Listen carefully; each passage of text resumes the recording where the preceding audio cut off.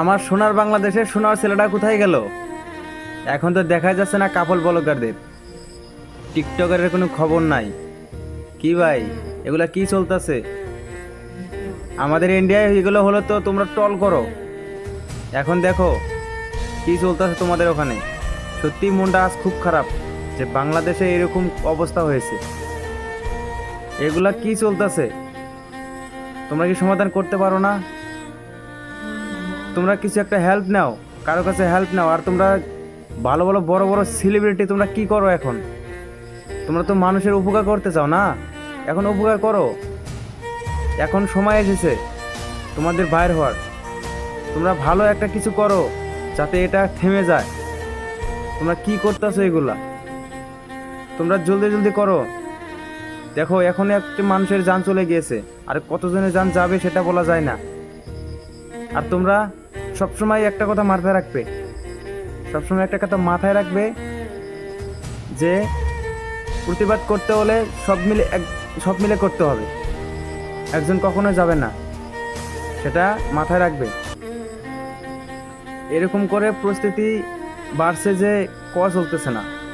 মানুষের পর মানুষ যাচ্ছে, মানুষের পর মানুষ মরছেও, মার খাচ্ছে, এরকম হয়ে যাচ্ছে।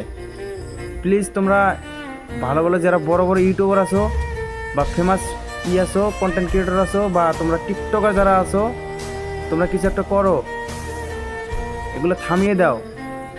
আর বাংলাদেশকে আমরাও খুব ভালোবাসি, তাই বলে এই না যে বাংলাদেশকে আমরা ভালোবাসি না। তোমরা আমাদের ইন্ডিয়াকে ট্রল করলেও আমরা বাংলাদেশকে সবসময় ভালোবাসে থাকি, কখনো আমরা খারাপ মনে করি না।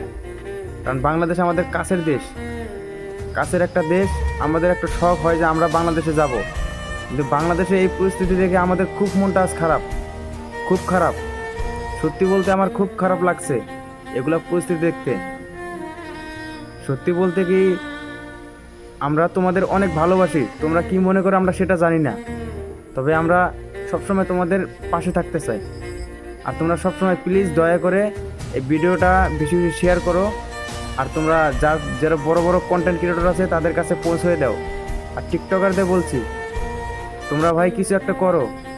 তোমরা তো ভিডিও করলে ফর ইউ যায়, তোমরা টিকটক না করে কিছু একটা ব্লগ বানিয়ে ছাড়ো না, আপলোড করে দাও, যাতে কিছু একটা মানুষের হয়। তোমরা কিছু একটা করলে পরিস্থিতি থামতে পারে, না হলে এরকম একের পর এক মানুষ মরে যাবে, মানুষ মরে যাবে।